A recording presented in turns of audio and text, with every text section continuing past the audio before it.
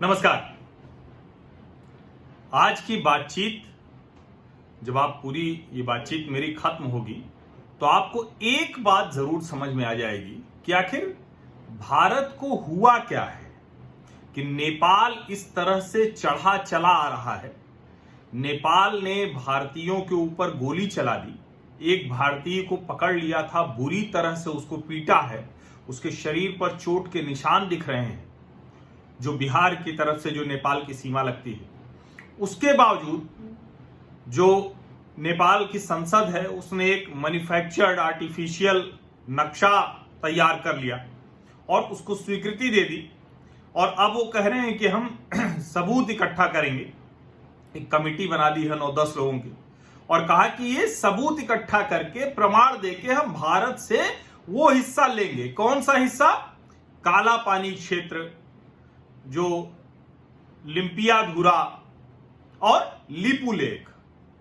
ये लिपुलेख दर्रा ही है जहां भारत के रक्षा मंत्री राजनाथ सिंह ने 9 मई को 80 किलोमीटर लंबी सड़क बनाई, उसका उद्घाटन किया।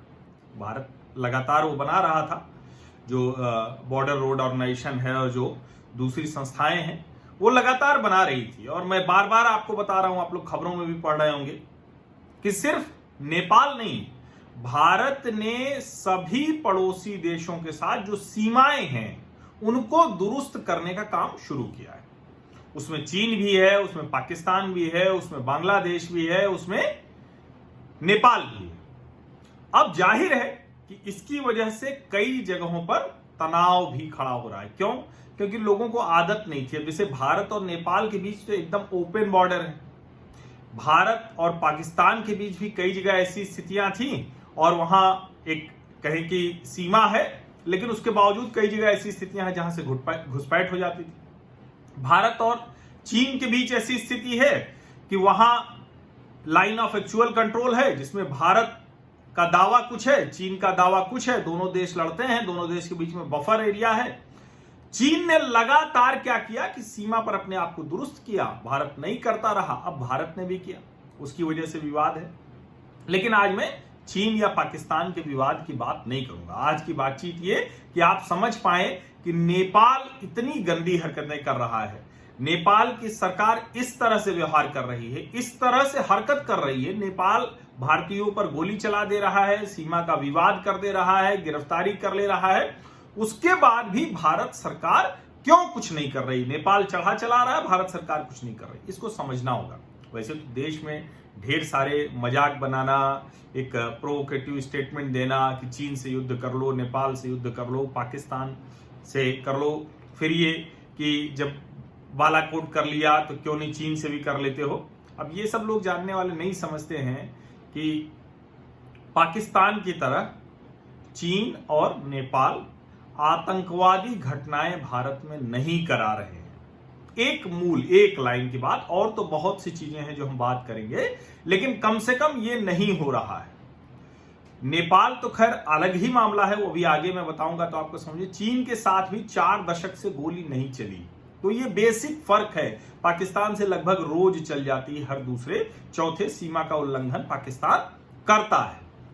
लेकिन इस सब को छोड़ते हैं, अभी जो करीब 80-90 किलोमीटर लंबी जो सड़क है, जिसको भारत के रक्षा मंत्री राजनाथ सिंह जी ने उद्घाटन किया लिपुलेख दर्रे का, और जिसके बाद लिपुलेख, काला पानी और लिम्पियाधुरा पर विवाद खड़ा किया नेपाल ने, और अब वो एक नया नक्शा भी उन्होंने मंजूर कर दिया है, स्वीकृत कर दिया है उनकी संसद ने। अब ये जो सड़क है इसको भारत ने बनाया, तो एक तो ये स्ट्रेटेजिक लोकेशन है, पिथौरागढ़ उत्तराखंड, वहां से चीन की सीमा तक जाती है। यही वो रास्ता है जिससे कैलाश मानसरोवर की यात्रा होती है। इस सड़क के बन जाने से जो समय था वो करीब 1/3 अब लगेगा। यानी कैलाश मानसरोवर जो यात्री जाते थे इस रास्ते से, उनको 1/3 समय लगेगा। चीन के साथ सटी सीमा है, तिब्बत तक जाती है, तो इसलिए सीधी सी बात है कि इसका स्ट्रेटेजिक इंपॉर्टेंस बहुत ज्यादा है। यही वो रास्ता है जिस पर खुद चीन ने भी सहमति दी थी, और जब मई 2015 में भारत और चीन इनके बीच सहमति बनी थी, तो इसी रास्ते के जरिए कारोबार की भी सहमति हुई, ट्रेड रूट के तौर पर भी इसको देखा गया था। और कमाल की बात यह है कि नेपाल ने इस पर तब कोई भी ऐतराज नहीं जताया। यानी ये भारत और चीन के बीच की सड़क बन रही थी, व्यापार की सड़क बन रही थी, और इस पर कोई ऐतराज नहीं जताया। ये बहुत जरूरी समझने की बात है। अब नेपाल क्या कहता है? नेपाल कहता है कि जो काली नदी है इसके एक तरफ का हिस्सा हमारा है, एक तरफ का हिस्सा भारत का है, जबकि ऐसा है नहीं।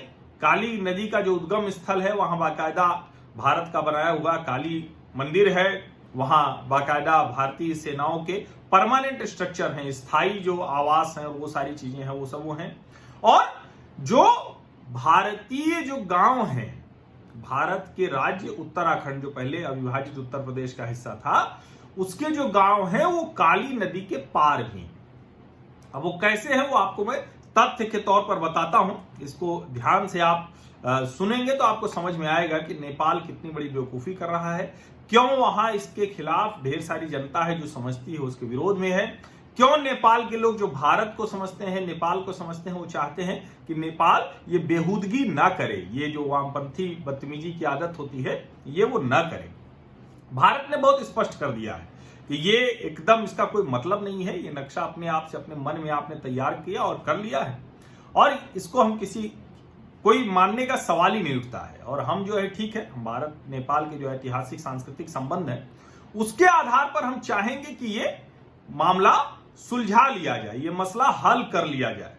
और नेपाल जिन गांवों को अपना बता रहा है मैं उनके बारे में आपको बताता हूं जो बहुत जरूरी है, जिसको मैं कई दिन से बात करने की सोच रहा था, तो मैंने कहा कि आज बात करते हैं। और सोचिए, मैंने पहले भी शुरू में भी आपको बताया कि वो नक्शा उसका नया वाला कितना आधारहीन है कि अब उन्होंने एक समिति बनाई है जो प्रमाण खोजेगी, क्योंकि प्रमाण तो कोई है नहीं, अब उनको कुछ ना कुछ करना होगा। एक प्रमाण उनके पास है, वो भी अभी मैं बता देता हूं। और ये जो दोनों के बीच की संधि है, ये वाली सीमा वाली जो काली नदी वाली है, वो सुगौली संधि है, 1815 में हुई थी भारत और नेपाल के बीच में, यानी उस वक्त ब्रिटिश पीरियड में हुई थी। और जो हुई तो 1817 में नेपाल ने टिंकर, छांगरू, नबी और कुटी गांव इनको भी मांगा, इनकी भी डिमांड की, कहा कि इनको हमको दे दिया जाए। टिंकर और छांगरू गांव भारत ने नेपाल को दिए, लेकिन भारत के तत्कालीन गवर्नर जनरल ने भी नबी और कुटी गांव की नेपाल की जो मांग थी उसको पूरी तरह से अस्वीकार कर दिया था, कहा यह बिल्कुल संभव नहीं है। और इसको आप समझिए कि जो मैंने पहले भी बताया कि जो भारत नेपाल है उसको छोड़िए, नेपाल और चीन की जो संधि है, जो नेपाल और चीन के बीच में सीमा है, उसके हिसाब से भी ये जो हिस्सा है ये भारत के ही पास है, ये भारत का ही है, भारतीय ही है। और कमाल की बात है कि जिन गांवों को नेपाल मांग रहा है ना, वो तो पूरी तरह से वो भारतीय गांव हैं, और वहां के लोग किस लिए जाने जाते हैं ये मैं आपको बता देता हूं। और वो सब बड़ी जगहों पर है, बड़े पदों पर है। जो पक्की सीमा रेखा नहीं है तो उसका बहुत सा कहें कि विवाद होता है, वो हर जगह होता है। और मैं बार बार सलाह दे रहा हूं कि अब भारत को संबंध आप चाहे जितने अच्छे रखिए, बॉर्डर खुले रखिए, कोई पासपोर्ट वीजा मत कीजिए, लेकिन चाहे जो देश हो सबके साथ एक पक्की सीमा रेखा बनाइए, चेक पोस्ट होनी चाहिए, बॉर्डर पॉइंट्स होनी चाहिए। ये नहीं होगा कहीं से भी कोई उठाए और इधर से उधर पार किया और चला गया, वो नहीं होना चाहिए। अब लेकिन अभी तक तो बेरोक टोक आते जाते हैं, संबंध भी है, उत्तर प्रदेश, उत्तराखंड, बिहार, यहां तो ऐसे ऐसे संबंध है कि एकदम गोरखपुर की तरफ सोनौली महाराजगंज वाला जो इलाका है, इधर उत्तराखंड में पिथौरागढ़ का जो है, और बिहार में जो सीतामढ़ी वाला इलाका है, तो एकदम लोगों के अपने निजी संबंध है, रोटी बेटी का रिश्ता है। तो वो शायद अभी नेपाल नहीं समझ रहा, और वामपंथी इस रिश्तों को तो समझते नहीं, भारतीय समाज को नहीं, दुनिया में कहीं भी वो समाज को नहीं समझ पाए, रिश्तों को नहीं समझ पाए।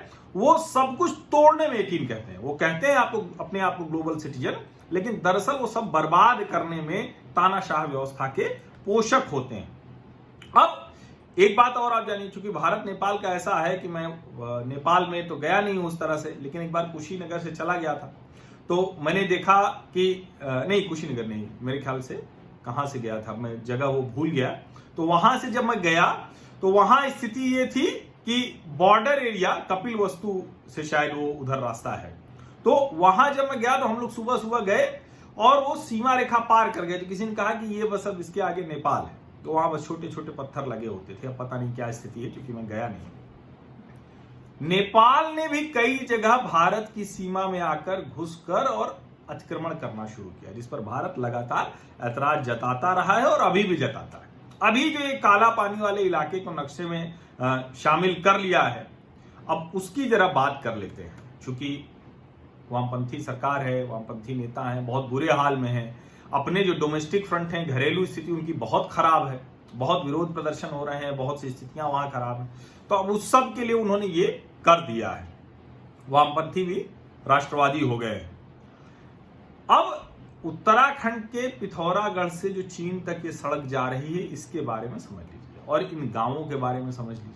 जो भी कैलाश मानसरोवर की यात्रा पर जाते होंगे वो इन गांवों से परिचित होंगे। कुटी, नबी, गुंजी, इन तीनों गांवों को नए नक्शे में जो अपना आर्टिफिशियल नक्शा बनाया है नेपाल ने, उनको कहा है कि ये हमारे हिस्से। अब ये गांव कौन से?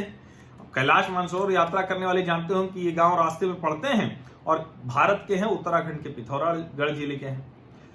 यहां के जो लोग हैं, इनकी बुद्धिमत्ता का, इनकी प्रतिभा का डंका सिर्फ राज्य में नहीं पूरे देश में बज रहा है। और इस गांव के लोग जहां जाते हैं पता चल जाता है कि इसी गांव के हैं। गुंजी से गुंजियाल, नाबी से नब्याल, कुटियाल, मतलब जो पूरा इनका है गांव इनके साथ चलता है, इतने ज्यादा। और ये चाहे जितना बड़ा अधिकारी यहां का हो जाए, वो धार्मिक और सामाजिक सांस्कृतिक आयोजनों में शामिल होने की कोशिश करता है।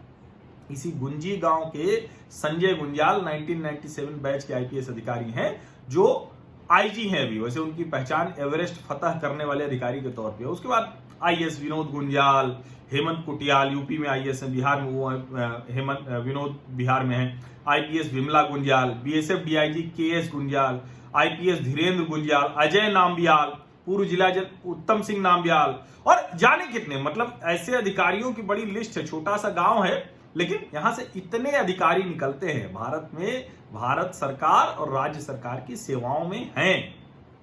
ये लड़ते नहीं हैं। नेपाल जिस गांव के लिए लड़ रहा है, उन गांव के लोगों की लड़ने की आदत नहीं। ये पढ़ते लिखते हैं, पढ़ने लिखने बढ़ने में यकीन रखते हैं, लड़ने में यकीन नहीं रखते हैं। तो ये आज देश में बड़े पदों पर हैं, आईएएस, आईपीएस, जज, इन सब पदों पर हैं। अब इससे आप समझ गए होंगे कि जो काला पानी क्षेत्र में नेपाल जिन गांवों की बात कर रहा हूं, कितना आधारहीन है, निराधार है, तथ्यहीन है। ये सब के सब गांव भारत का अभिन्न हिस्सा है। और आज मैं जब पढ़ रहा था तो यहीं के एक पूर्व आईपीएस अधिकारी हैं मोहन सिंह बंग्याल। उन्होंने बताया कि दरअसल इस बदमाशी की शुरुआत नेपाल ने कब की। वो कहते हैं कि 1998 में कांवलेख और छांगरू के जंगलों में भीषण आग लग गई थी। उसके चक्कर में उस आग को देखने के बहाने वहां के जो नेपाल के डोटी क्षेत्र के कमिश्नर थे, वो काला पानी तक आए थे और उसी दौरान उन्होंने तस्वीरें खींच ली यहाँ इस गांवों की, इलाके की। और उसी जो तस्वीरें वो लेके गए थे, उन्हीं तस्वीरों के आधार पर नेपाल इसको अपना क्षेत्र बताने लगा। तो ये 1998 से विवाद शुरू हुआ। अब ये बंग्याल साहब पिथौरागढ़ के धारचूला के ही रहने वाले हैं। उन्होंने बताया कि काली नदी के उद्गम स्थल पर काली जो मंदिर है भारत का बनाया हुआ है। जो पूरा का पूरा सैन्य टुकड़ी वहां रहती है वो स्थायी है। इस सब में कहीं कोई, और भारतीयों के कई गांव जो बाकायदा काली नदी के पार जाते हैं, उन सब के नाम राजस्व रिकॉर्ड में दर्ज है। जो रेवेन्यू रिकॉर्ड होता है, राजस्व का अभिलेख होता है, जिसको खसरा खतौनी कहते हैं, जो बड़ा पक्का रिकॉर्ड होता है, उसमें दर्ज है भारतीयों के नाम। बंग्याल साहब 1988 में पीएसी कमांडर धारचूला थे और उनके मुताबिक गुंजी गांव के लोग काली नदी पार करके खेती भी करने जाते थे। अब आप इसको समझिए, ये मैंने इसीलिए विस्तार से आपको बताया कि जो ये बार बार कहा जा रहा है कि नेपाल चढ़ा चला रहा है, भारत कुछ बोल नहीं रहा है, पाकिस्तान और चीन की तरह व्यवहार क्यों नहीं कर रहा है, उस सब के पीछे बड़ी साफ सी वजह है। नेपाल हमारे जैसा ही है, हमारा ही है। वहां एक वामपंथी सरकार इस तरह के प्रोपागेंडा को कर रही है, एंटी इंडिया सेंटिमेंट को उभार रही है। और जब ये वामपंथी मिलके हिंदू विरोधी केपी ओली, क्योंकि जब से वहां हिंदू राष्ट्र नहीं रह गया वो, तब से वहां बहुत ज्यादा तरह की चीजें हो रही हैं, उसमें अलग अलग तरह की चीजें चल रही हैं। और ये जो सब सारा झगड़ा जब कर रहे थे वामपंथी केपी ओली और उनके साथी संसद में, जब उस नक्शे को स्वीकृत कराकर बड़े प्रसन्न थे, उस वक्त भारतीय सैन्य अकादमी से, देहरादून की भारतीय सैन्य अकादमी से 3 नेपाल के नौजवान भारतीय सेना में चयनित हो गए थे। नरेंद्र मोदी ने जब प्रधानमंत्री बने थे 2014 में, तो एक बात कही थी। उन्होंने कहा था कि भारत की हर लड़ाई में, दुश्मन के हर हमले में नेपाल का खून शामिल है, नेपाली लगा रहता है, नेपाल भारत की सेना का एक अभिन्न हिस्सा है। ये महत्वपूर्ण बात है और इसीलिए मैंने जो शुरू में कहा था ना कि भारत और नेपाल का रिश्ता चीन, पाकिस्तान या किसी भी देश की तरह मत जोड़िए। एकदम अलग है ये। भले नेपाल हमारा हिस्सा उस तरह से नहीं रहा, हम देश उस तरह से नहीं रहे, बहुत पहले से नेपाल अलग देश रहा, पाकिस्तान तो हमसे कट के अलग हुआ, बांग्लादेश पाकिस्तान से कट के अलग हुआ, लेकिन उस सब के बावजूद भारत और नेपाल की ऐतिहासिक सांस्कृतिक जड़ें बहुत भीतर जाकर मिली हैं, बहुत गहरे में। और ये वामपंथी जो कोशिश कर रहे हैं ऊपर की डाल छांटने की, और जिससे कि झगड़ा हो जाए, कुछ ऐसा हो जाए जिससे कि उनको प्रसन्नता मिले, उनका चीनी आका प्रसन्न हो जाए, शी जिनपिंग प्रसन्न हो जाए, तो वो ये होने वाला नहीं है। और इसका और समझिए आसानी से कि जो तीनों सैन्य जवान बने हैं, अधिकारी बने हैं, उनसे पूछा गया तो उन्होंने कहा कि ये राजनीतिक विवाद भर है, उसी तरह से सुलझा लिया जाएगा। और जहां तक रही बात हमारी, तो हम आज से भारतीय सेना का अभिन्न अंग हैं, देश के लिए जान दे देंगे। प्रधानमंत्री नरेंद्र मोदी ने 2014 में यूं ही नहीं कह दिया था कि भारत के हर युद्ध में, हर लड़ाई में नेपाल का खून शामिल है, हमारी संप्रभुता में, हमारी सुरक्षा में नेपाल का खून शामिल है। और इसीलिए इसको इस नजरिए से देखिए। और मैं निवेदन करूंगा आप लोगों से कि कृपा करके जो भारत में भी लोग हैं जो इस बहुत गुस्से में हैं, सरकार अपना काम करेगी, वो चिंतित मत होइए। नेपाल ने गोली चला दी है, अब उसका खामियाजा तो नेपाल की सरकार को भुगतना ही पड़ेगा। लेकिन नेपाल और हिंदुस्तान के रिश्ते खराब मत कीजिए, बात से मत खराब कीजिए। और नेपाल में जो लोग हैं जो जानते हैं, हिंदुस्तान को समझते हैं, उनको बस यही कहूंगा कि अपने यहां आप दबाव बनाएं, अपने लोगों को बताएं कि ये केपी ओली कितनी बड़ी बेहूदगी कर रहे हैं, जो किसी भी तरह से नेपाल नहीं, इस पूरे उपमहाद्वीप के हक में नहीं है, उनके हित में नहीं है। बहुत बहुत धन्यवाद। मुझे लगता है कि अब जो आप 1-2 लोगों ने मुझे मैसेज किया था कि आप नेपाल को दरअसल समझते नहीं है, मैं तो समझता था कि आप पढ़ लिख के बोलते हैं, तो बिना पढ़े लिखे तो मैं बोलता नहीं। और मैं एक बात बार बार कहता हूं, फिर से वो डिस्क्लेमर देता हूं कि मैं हर मामले का विशेषज्ञ नहीं हूं, लेकिन मेरी जिम्मेदारी है पत्रकारिता करने के नाते, इस YouTube चैनल को चलाने के नाते, कि मेरे सामाजिक परिवार को हर जानकारी पूरे तथ्यों के साथ, गंभीरता के साथ मिले, उसका विश्लेषण मैं करता हूं। और मैं बार बार कहता हूं कि विश्लेषण करने की मेरी क्षमता थोड़ी बेहतर है, सामान्य से थोड़ी बेहतर है, मैं ये मानता हूं। जहां गलत लगेगा वहां आप टोकेंगे, देखूंगा, गलत होगा तो उसको सुधार भी लूंगा। तो ये आपको मैं बार बार डिस्क्लेमर बनाता हूं। और फिर से कह रहा हूं कि ये YouTube चैनल बिना भड़काऊ बात किए, बिना विभाजन किए कराए इस देश की पॉजिटिव ताकत बनेगा, सकारात्मक सार्थक ताकत बनेगा। और इस अभियान में आप सब हमारा हिस्सा बनेंगे। तो आप अभी तक इसका पक्के तौर पर हिस्सा नहीं बने हैं तो सब्सक्राइब कर लीजिए और नोटिफिकेशन वाली घंटी भी दबा दीजिए। बहुत बहुत शुक्रिया, धन्यवाद।